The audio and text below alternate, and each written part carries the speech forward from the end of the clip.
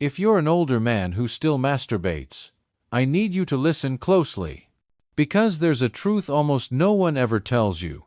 That very habit you think is harmless might be quietly weakening your erections, dulling your sensitivity, and chipping away at your confidence day by day. Not because you masturbate, but because of the way you do it. My name is Dr. Benjamin Hartwell. I'm a urologist and men's health specialist, and for more than 30 years, I've been helping men over 60 reclaim their energy, intimacy, and vitality. And I can tell you with absolute certainty, this is one of the most common issues I see, yet one of the least understood. Most men think masturbation is simply good or bad, right or wrong. But the truth is far more complex. While it can support your health, if done the wrong way, it can actually weaken blood flow, deplete hormones, drain stamina, and even erode your connection with the people closest to you. In this video, I'm going to share 10 hidden risks of masturbation after 60, things most doctors never explain. And not only that, I'll also show you how to turn this habit into a tool to protect your prostate, improve circulation, support testosterone, and strengthen intimacy. Before we finish, I'll even give you a simple 7-second natural technique I use with my own patients, one that can restore firmness and reliable erections safely and powerfully, without medication. But before we get started, if you haven't subscribed yet, do it now and hit the notification bell, so you don't miss any of these practical health insights designed specifically for men over 60. And if you believe this topic matters, type 1 in the comments. If not, type 0. Your feedback helps me create content that truly serves you. Now, let's begin with the first risk. A risk that doesn't come from your body, but from your invisible connection with others. Risk Hasson, loss of social and emotional connection. I remember one of my patients, a retired high school teacher, 67 years old. He sat in front of me with heavy eyes, not from illness, but from a quiet loneliness. After a bit of small talk, he leaned in and sighed. "Doctor, it's been months since I've touched anyone, but I still take care of myself. Is that wrong?" That question wasn't about the act itself, it was about the emptiness it left behind. Because masturbation isn't wrong. But when it becomes a substitute for real human touch, intimacy slowly gets replaced with a silent routine. Many men in their 60 seconds, 70 seconds, even 80 seconds, start building an invisible wall around themselves. Every time they choose to sit alone instead of calling an old friend, it's like adding another brick. At first it seems harmless, but over the years, that wall grows tall enough to block out the light of closeness. And when that happens, it's not just your sex life that suffers, it's the hugs you miss, the laughter that fades, the shared glances that disappear. And as connection vanishes, testosterone drops, and with it, that inner sense of, "I'm still a man." I've seen too many patients fall into this cycle. It starts with a few lonely evenings, then turns into years without desire for touch, without motivation to seek real closeness. But I want you to understand this clearly, it's not failure, it's a signal.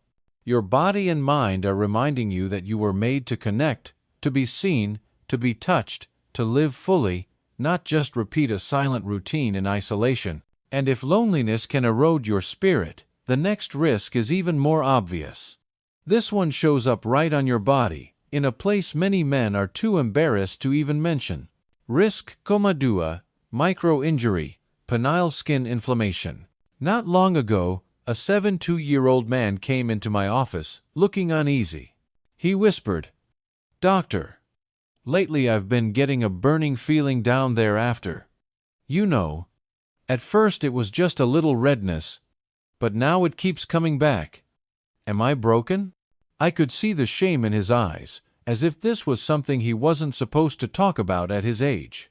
The truth is, as we age, the skin in sensitive areas becomes thinner, with less collagen, and heals more slowly. Add decades of friction, and you get micro tears, tiny injuries you may not even notice. Maybe just a bit of redness, a slight burn that lingers for hours. But repeated often enough, it turns into chronic irritation. And that doesn't increase sensitivity, it decreases it, while also opening the door to bacteria or yeast infections. I've seen many men who thought they had hormone loss or nerve damage, when in reality, their technique just hadn't adapted to their age. You're not 25 anymore, and that doesn't mean you're weaker. It means you need to treat your body with more respect. The solution isn't complicated. First, always use a water-based lubricant, never Vaseline, mineral oil, or saliva, which can cause irritation. Second, slow down. At this stage of life, it's not a race, it's a journey to enjoy and listen to your body. Third, if you feel pain or burning, it's not a sign you're broken, it's a signal to change your approach. There's nothing shameful about relearning how to touch yourself. In fact, that's real strength, listening to your body, adjusting your rhythm, and honoring what you still have. And if skin irritation is something you can see and feel, the next risk is far more subtle. It's not on the skin, it's in the brain, where your ability to truly feel intimacy is either protected or slowly lost. Risk #3. Nerve desensitization. One morning I met with a 64-year-old patient. He was healthy, sharp-minded, still working part-time. But when he sat down, he looked at me with confusion. "Doctor, I can still take care of myself. But when I'm with my wife, I feel nothing. I don't understand what's wrong with me." I knew this story all too well. And sadly, many men assume it's just age, low testosterone, or poor circulation. But that's not always the case. What I call silent neural conditioning is often the real culprit. Imagine this. Every time you repeat the same rhythm, the same pressure, the same fantasy, your brain carves a groove. Like pouring water into the same trench in the soil day after day, the stream only flows one way. Over time, the groove deepens and the water can't find another path. Your brain works the same way. It learns to respond to only one type of stimulation. And when you're with a real partner, with different rhythms, different emotions, it doesn't know how to respond. Science calls this desensitization. You may still climax alone, but with your partner it becomes difficult, forced, sometimes impossible. Along with that comes confusion, frustration, and a fading sense of closeness that once felt natural. The good news, your brain isn't broken. It's just been trained too narrowly, for too long. You can retrain it by changing things up, different speeds, different types of touch, different positions, and most importantly, slowing down. Give your brain and body time to relearn variety. I've seen men restore intimacy with their wives after years, simply by adjusting a few habits in the way they touch themselves. The tricky part is this risk creeps in slowly. You don't notice it until the distance between you and your partner feels too wide. But the next risk is even more serious, not only stealing sensitivity, but sometimes signaling early heart disease, something you should never ignore. Risk #4. Masking erectile dysfunction and heart disease. A man in his 60s came into my office. He looked healthy, walked briskly, still hit the gym 3 times a week. But when we sat down, he sighed. "Doctor, when I'm alone, I can still do it, but with my wife, nothing." So I stopped trying. It sounds like just a small marital issue. But to me, it was a major medical signal. Most men don't know this. Erectile dysfunction often shows up 3 to 5 years before a first heart attack. The penis isn't just a sexual organ, it's a barometer of cardiovascular health. When the tiny blood vessels there start narrowing, you'll notice it first as trouble maintaining erections with a partner, even if masturbation still works. This is the dangerous trap. Many men think, "I'm fine, I can still do it alone." But masturbation is easier. It demands less psychology, less blood flow. It's like a flashlight with weak batteries. It still works on low mode, but can't shine far when you need full brightness.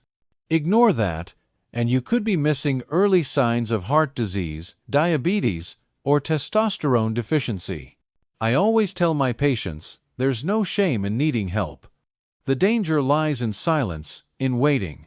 If you notice your erections are weaker with your partner, softer, shorter lasting, or gone altogether, while solo performance seems fine, that's not just normal aging. That's your body reminding you. Check your heart, your blood sugar, your hormones. And believe me, when caught early, most of these issues can be reversed or greatly improved without heavy medication or surgery. And while heart health is a hidden root cause many men overlook, another risk comes from something much simpler: the way you sit while masturbating. Few men realize that the wrong posture can slowly damage the very nerve responsible for pleasure. Risk #5. Nerve compression from poor posture. One afternoon, I met a 71-year-old patient. For months, he had felt a strange numbness around his groin. Not sharp pain, not obvious, just a creeping numbness, like someone had slowly turned down the volume knob of his body. He feared heart disease or diabetes. But after testing, I found the problem wasn't in his blood vessels, it was in his nerves. The culprit is the pudendal nerve, the main pathway carrying pleasure signals from the pelvis to the brain. In many older men, long periods of sitting, especially on hard chairs or leaning forward during masturbation, can silently press on this nerve. Over time, that compression causes numbness, loss of sensitivity, even dull pain. Tragically, many men mistake this for lost desire, when in fact it's just a mechanical issue. The fix isn't complicated. I advise patients, don't squat on hard chairs for long. Try reclining or lying down, even placing a pillow under your knees to open the pelvis. Stand up and move every 30-40 minutes. Comfort isn't a luxury, it's protection for your nerve and your manhood. I remember one patient who followed this advice. When he came back, he told me, "Doctor, I can feel again. The numbness is gone, and I feel like myself again." Sometimes strength doesn't come from medicine, but from small changes in habit. But if posture can quietly harm nerves, the next risk runs even deeper. It doesn't just affect your body. It can trap your emotions, turning masturbation into your only escape from loneliness. Risk #6. Using it as the only emotional outlet. A widower in his 60 seconds once confided in me, "Doctor, some days I'm just tired of feelings. I just want to shut them off for a while. And the only way I know how is to take care of myself, just to forget." He wasn't talking about sexual desire. He was talking about emptiness, grief, loneliness, the weight of days without a phone call, without anyone waiting for him. For many men at this age, masturbation is no longer about pleasure. It becomes a tool to escape emotions. It triggers a temporary hormone cocktail. Dopamine for excitement, oxytocin for comfort, prolactin for relaxation. For a brief moment, the loneliness disappears. But when the effect fades, the emptiness feels even greater, like drinking salt water. The more you drink, the thirstier you become. Over time, relying on masturbation as the only outlet makes both body and mind dependent. The man begins avoiding friends, resisting phone calls, even abandoning hobbies that once brought joy, just to keep retreating into a few private moments. And that slowly erodes resilience, not in the muscles, but in the spirit. I often tell patients, don't eliminate it completely, but diversify your emotional toolkit. A call to an old friend, a short walk outdoors, joining a community group, these are also ways to soothe loneliness, but without leaving a deeper void behind. Remember this: strength doesn't mean feeling nothing, it means knowing how to face emotions in many different ways. And that variety is the true mental testosterone that keeps you steady. But for many older men, there's another burden, sometimes heavier than loneliness itself: the guilt instilled in their youth, making them feel wrong every time they touch their own body. Risk #7. Lingering guilt, shame. I recall a 72-year-old patient a retired pastor. Sitting across from me, he lowered his head and spoke softly. "Doctor, sometimes I still do it, but afterward I feel like I've committed something terrible. I can't look in the mirror, can't even face myself. That feeling doesn't appear out of nowhere." Many men grew up in strict households or religious environments where masturbation was labeled as sinful or shameful. And even at 60 or 70, those belief imprints remain etched in their minds. As a result, every time they seek a moment of comfort, they punish themselves internally. The danger is that prolonged guilt doesn't just affect the mind. It has biological effects. Cortisol, the stress hormone, rises, weakening immunity, disrupting nerve signals, and even reducing the ability to enjoy real pleasure. A man can live for years trapped in this cycle. A few minutes of relief, traded for hours or even days of shame, self-criticism, and regret. I always tell patients, your body is not wrong for seeking comfort. That's both a biological need and a human one. What you need isn't to stop, but to change how you see it. Try rewriting the mental script. Instead of, "I'm weak," say, "I'm grateful, my body still responds." That's not failure, it's proof of vitality. For those deeply burdened, I encourage talking with a sex-positive therapist or joining men's support groups. Once guilt is released, many patients have told me they felt set free, as if decades of weight suddenly lifted off their shoulders. And while guilt is an emotional burden, the next risk is a physical one, described by many men as a heavy, lingering pressure in the pelvis after doing it too often. Risk Hashite, pelvic congestion. A 68-year-old former engineer sat in front of me and admitted, "Doctor, I feel this dull, heavy pressure down there. Not sharp pain, but like something pressing down constantly. My prostate exam was normal. Tests showed nothing unusual. But I still don't feel right." After asking about his habits, he confessed that since retiring, he stayed home more, moved less, and out of boredom, he began masturbating 2 or even 3 times a day.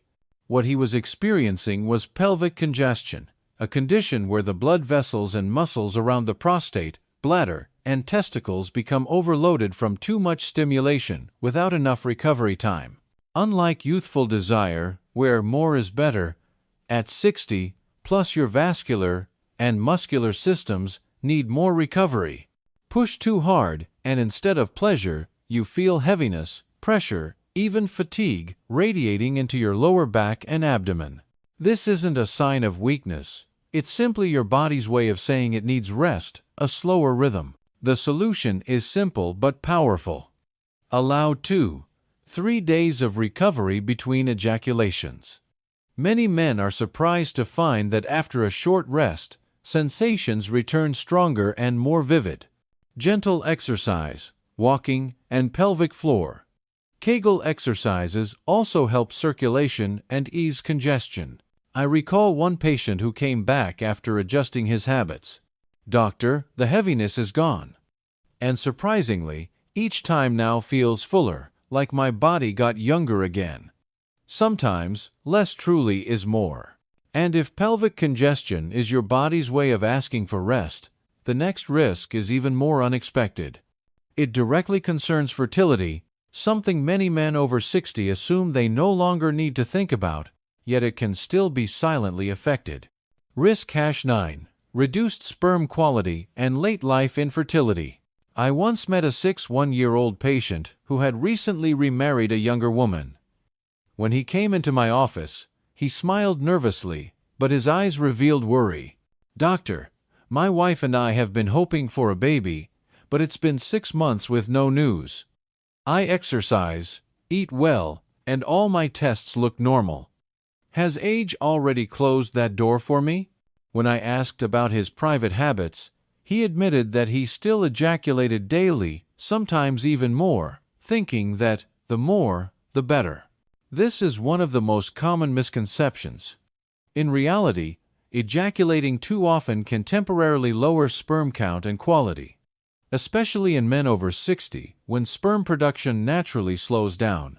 Science shows that waiting 2 to 5 days before intercourse allows sperm quality to reach its peak, higher count, and better motility. This doesn't mean that daily masturbation will completely destroy fertility, but when the goal is conception, rhythm and moderation are the keys. I guided this patient to make adjustments, reducing frequency, focusing on nutrition, adding zinc and vitamin D. 3 months later, he returned with a big smile. "Doctor, my wife is pregnant. I never thought at my age I still had a chance." This proves that fatherhood isn't just about age, it's about how you treat your body. And even if you're no longer trying for children, keeping your sexual health strong is still a powerful symbol of vitality within you. But if fertility issues often come as a surprise, the final risk on this list is even more dangerous. It leaves no physical marks, but it takes place in the brain, slowly stripping away your ability to enjoy true intimacy and trapping you in a virtual world. Risk Hasson 0. Dependence on fantasy and loss of real connection. A 70-year-old patient once told me bluntly, "Doctor, I don't feel excited with my wife anymore. It's not that I don't love her, it's just that I don't feel anything. Only when I watch images on a screen does my body respond." The sadness in his voice didn't come from physical weakness, but from the feeling that he was losing his ability to connect with a real human being. This is what I call the brain's addiction to novelty. When a man constantly relies on intense visual stimulation, especially pornography, the brain rewires its reward system. It gets used to the drama, speed, and intensity of the virtual world. So when faced with natural, slower, real-life intimacy, the brain no longer reacts. You haven't lost testosterone, you're not broken, you've simply trained your brain the wrong way. The good news is, the brain can recover thanks to its plasticity, the ability to rebuild neural connections.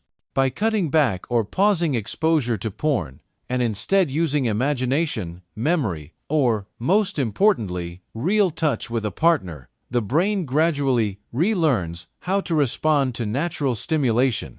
The process isn't instant, but I've seen many men regain their desire within just a few months of change.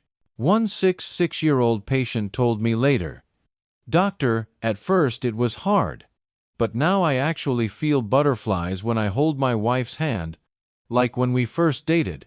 I never thought I could get that feeling back." That moment showed me that sometimes, the most valuable things don't come from quick highs, but from rebuilding deep connection. But these 10 risks aren't here just to scare you. They're here to remind you. Masturbation is not good or bad, it's a tool. And how you use that tool will determine whether it builds your health or quietly drains your strength. So how do you reverse these effects? I'll share with you a 5-step safety checklist and a natural 7-second technique I've taught my patients that can change the way you feel starting tomorrow morning. After these 10 risks, I believe you can clearly see. Masturbation is not harmful. It only becomes a problem when done the wrong way. The body after 60 still has strength, but it needs to be respected and cared for differently. The good news is, with just a few small changes, you can avoid risks while boosting health, confidence, and intimacy. Here are the 5 safety steps I always give my patients. Always use a water-based lubricant. Avoid Vaseline or mineral oil. Choose a reclining or lying position. Avoid sitting for too long with pressure on the pelvic area. Keep a reasonable rhythm. Take 2 to 3 days of rest between sessions to let the body recover. Change up the pace and style. Avoid sticking to one formula. If you feel pain, numbness, or reduced sensitivity, treat it as a medical signal and see a doctor early. And now, as promised, here's the 7-second technique. Simple, natural, no pills required. Every morning, right after waking, place your hand on your lower abdomen just above the pubic bone. Take a deep breath, then tighten your pelvic floor muscles, like when you're trying to stop urination, and hold for 7 seconds. Release slowly, Repeat 5-7 times. This exercise boosts blood flow to the pelvic area, strengthens the pudendal nerve, and activates the muscles that support erections. After a few weeks, many of my patients reported stronger morning erections and renewed confidence. It's like a mini workout for your masculinity. I want you to understand, at any age, intimacy, health, and confidence remain a precious part of life. And you can absolutely preserve them, or even restore them, if you know how. If you found this helpful, hit subscribe and turn on the bell so you won't miss the next tips I share. And please leave a comment, type 1 if you feel this topic is important, or 0 if you think otherwise. I truly value your feedback, because it helps me bring you what matters most. Because whether you're 60, 70, or even 80, your manhood and your connection are never too late to live fully. Before we end, I want to say this to you, not just as a doctor, but as a man who has walked alongside thousands of patients over the past 30+ years. I understand the feeling when you sit alone, thinking maybe your body's time has passed. That intimacy is only a memory. I've seen the sadness in many men's eyes when they whispered, "Doctor, I think I've lost my manhood." No. And I've also seen the light return to their eyes when after just a few months of adjustment, they told me, "I feel different now. I know I still can." What I want you to take away today isn't just a list of 10 risks or a 7-second technique. I want you to carry the belief that your body still holds far more potential than you think. And more importantly, you are not alone. I'm here to talk with you, and there are thousands of other men walking the very same journey. So, don't think of this as a lecture, but as a reminder from me to you. Honor your body, be gentle with yourself, and remember, turning 60, 70, or even 80 is not the end. It's simply a new chapter where you can rewrite the way you live, love, and connect. If you agree, leave a comment, even just a short sentence, or even just a number, so I know you're still here, listening, and ready to walk this path with me.